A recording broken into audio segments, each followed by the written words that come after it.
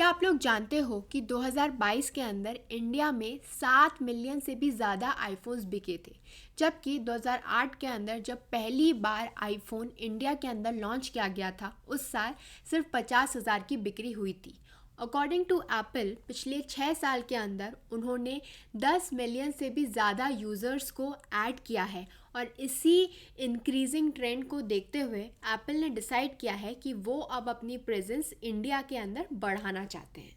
Currently, there are three makers of iPhone, which are Wistron, Foxconn and Pegatron. India के अंदर Apple Wistron जो कि Taiwan based manufacture है जिसका plant Bangalore के अंदर है उसे पैसा देता है टू असेंबल आईफोन ताकि वो इंडिया के अंदर इन आईफोन्स को सेल कर सके। और 2022 के अंदर एप्पल ने अनाउंस किया कि आईफोन 14 के एक पोर्शन को इंडिया के तमिलनाडु के अंदर मैन्युफैक्चर किया जाएगा and this is a response to China zero COVID policy जो कि काफ़ी नेगेटिव है and which is affecting global supply chain for many industries. और इसीलिए Apple has stated that they plan to shift 25% of iPhone production to India by 2025। और इसी सब के चलते the biggest unit to manufacture Apple iPhones in India will be set up near Hosur in Bangalore and it will be operated by Tata. इसके अंदर 60,000 लोगों को employment मिलेगा जिसके अंदर जो 6,000 लोग होंगे they will be women from tribal areas. उन्हें ट्रेनिंग मिलेगी कि कैसे आईफोन को बनाया जाए, मैन्युफैक्चर किया जाए। तो हम देख सकते हैं कि इंडिया के अंदर एप्पल के मैन्युफैक्चरिंग को आउटसोर्स कर दिया गया है टू टाटा इलेक्ट्रॉनिक्स जिसके पास एक प्लांट है होसूर के अंदर। और टाटा आईफोन को मैन्युफैक्चर कर पा रहे हैं क्योंकि उन्होंने सक्सीड कर ली है bid to take over iPhone assembly plant in Karnataka जो कि बूस्ट करेगा कंट्री के एम्बिशन को to become an electronics manufacturing hub. And it is expected that Tata will take over Taiwan-based Wistron iPhone factory in a 4,000 to 5,000 crore deal. लेकिन अब ये जो iPhone है जो हम सबको इतना पसंद है और इतना पॉपुलर है, ये इस कंपनी स्टार्ट कैसे हुई, ये किस ऑब्जेक्टिव से स्टार्ट हुई थी और अब कैसे पॉपुलर हो गई है। Development of Apple smartphone began इन 2004 जब एप्पल ने 1,000 एम्प्लॉय के साथ जो है इस कंपनी को स्टार्ट किया था with hardware engineer Tony Fadell, software engineer Scott Forstall and design engineer Johnny Eve। इन सब ने मिलके काम किया था on the highly confidential project purple. उस समय एप्पल के सीईओ थे स्टीव जॉब्स जिन्होंने जो कंपनी का पूरा फोकस था वो टैबलेट से हटा के फ़ोन पे किया था। जी हाँ, इनिशियली जो एप्पल है वो सिर्फ और सिर्फ टैबलेट जिसे हम आईपैड के नाम से जानते हैं उस पे फोकस कर रहे थे, लेकिन स्टीव जॉब्स ने ही ये स्टेयर घुमाया और फ़ोन के ऊपर फोकस किया। अप टू आईफोन 4 सारे के सारे जो आईफोन्स थे और बाकी iOS डिवाइसेस थे वो फॉक्सकॉन जो है मैन्युफैक्चर कर रहा था which was based in Taiwan. लेकिन 2011 के अंदर जब नए सीईओ टिम कुक आए उन्होंने एप्पल की जो मैन्युफैक्चरिंग स्ट्रैटेजी थी उसे चेंज किया, उसे डाइवर्सिफाई किया और 2012 के अंदर आईफोन 4S को साइमल्टेनियसली मैन्युफैक्चर किया गया था इन फॉक्सकॉन एंड पेगाट्रॉन। पेगाट्रॉन भी ताइवान बेस्ड ही है। और इंडिया के अंदर एप्पल विस्ट्रॉन के थ्रू अपने प्रोडक्ट्स बेच पा रहा था। आईफोन्स को असेंबल करने के लिए विस्ट्रॉन की मदद ले रहा था ताकि वो इस रीजन में आईफोन को सेल कर सके।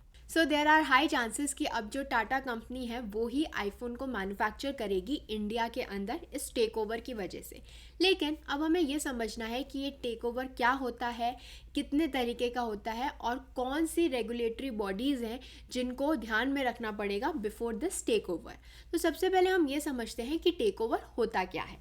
टेक ओवर तब होता है जब एक कंपनी सक्सेसफुली अज्यूम कर लेती है कंट्रोल या फिर एक्वायर करती है दूसरी कंपनी को, और ये जनरली बिडिंग के थ्रू होता है कि एक प्राइस कोट की जाती है। अगर जो कंपनी है, टारगेटेड कंपनी है, वो उस बिडिंग प्राइस से खुश है और अलाउ करती है कि ठीक है मैं उस पैसों के लिए, उस अमाउंट के एक्सचेंज में अपनी कंपनी आपको दे दूंगा, उसी को हम टेक ओवर कहते हैं।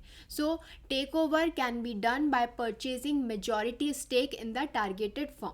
और ये जो टेक ओवर होता है ये जनरली मर्जर और एक्विजिशन के प्रोसेस के थ्रू ही होता है। इसके अंदर वो कंपनी जो कि बिड करती है, जो कि दूसरी कंपनी का कंट्रोल अपने हाथों में लेना चाहती है, उसे हम एक्वायरर कंपनी कहते हैं। और वो कंपनी जिसका कंट्रोल जा रहा है, जो अपना कंट्रोल दे रही है, उसे हम टारगेटेड कंपनी कहते हैं। ये जो टेक ओवर्स होते हैं वो काफ़ी तरीके के होते हैं। पहला होता है फ्रेंडली टेक ओवर। इसके अंदर दोनों ही एक्वायरर और टारगेटेड कंपनी जो होती है वो साथ में काम करते हैं to negotiate on the terms of the deal, और जो टारगेट कंपनी के बोर्ड ऑफ डायरेक्टर्स होते हैं वो अप्रूव करते हैं इस डील को and recommend that shareholders जो है वो इस बिड के फेवर में ही वोट करें।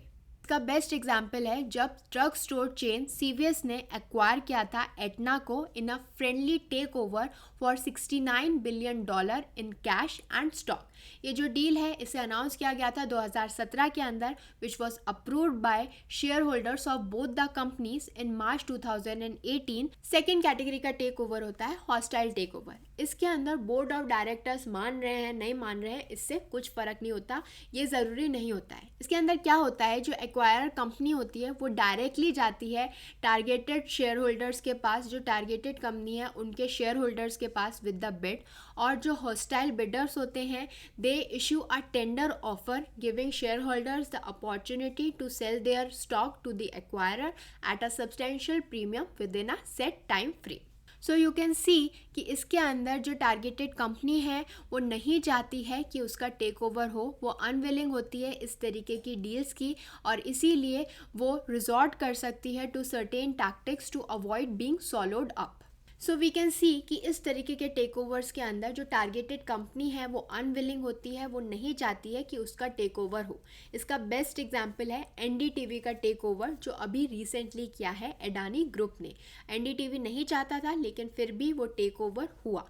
अगर उसी के बारे में आप डिटेल में जानना चाहते हैं तो आप जो लिंक स्क्रीन पे आ रहा है उस पर क्लिक कर सकते हैं, तो उससे आप जो अडानी का टेक ओवर कैसे हुआ है वो पूरा समझ पाएंगे। थर्ड कैटेगरी का जो टेक ओवर होता है it is reverse take over. इसके अंदर एक प्राइवेट कंपनी बिड करती है to buy a public corporation, and since the public company already trades on an exchange, तो ये जो टेक ओवर होता है ये हेल्प करता है प्राइवेट कंपनी को to become listed without having to go through the tedious and complicated process of filing the paperwork which is necessary to complete an initial public offering।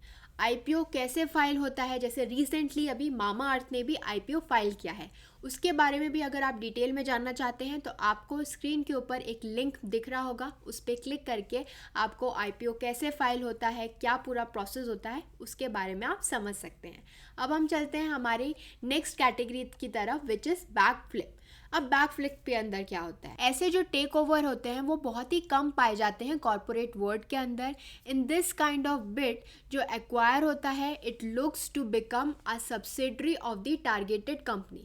So once the merger is completed, जो acquirer company होती है उसके पास control हो जाता है of the combined corporation which usually bears the name of the targeted company.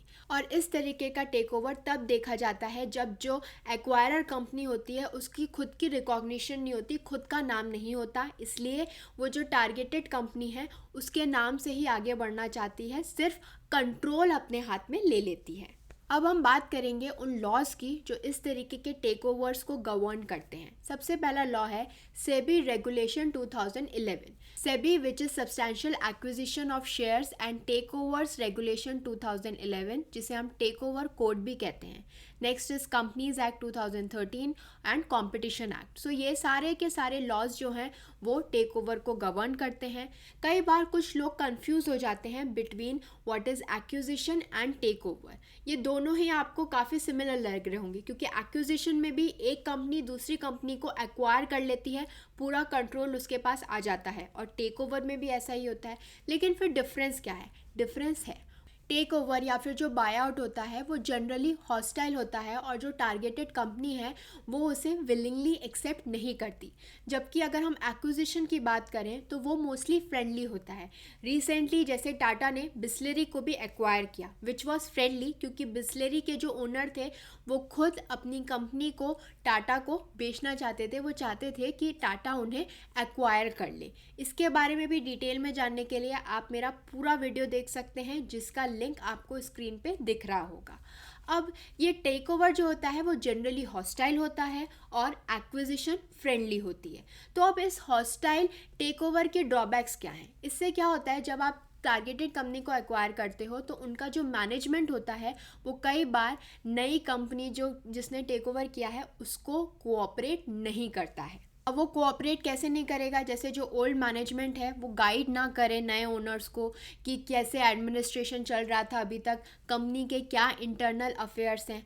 जबकि जब एक्विजिशन होता है तो उस समय मैनेजमेंट का पूरा सपोर्ट मिलता है उस नई कंपनी को जिसने पुरानी कंपनी को एक्वायर किया है। So this was all about Tata acquiring Wistron. तो अब जो टाटा है हमारी इंडियन कंपनी है वो ही आईफोन इंडिया के अंदर बनाएगी, which is a great news. I hope this information was helpful to all of you.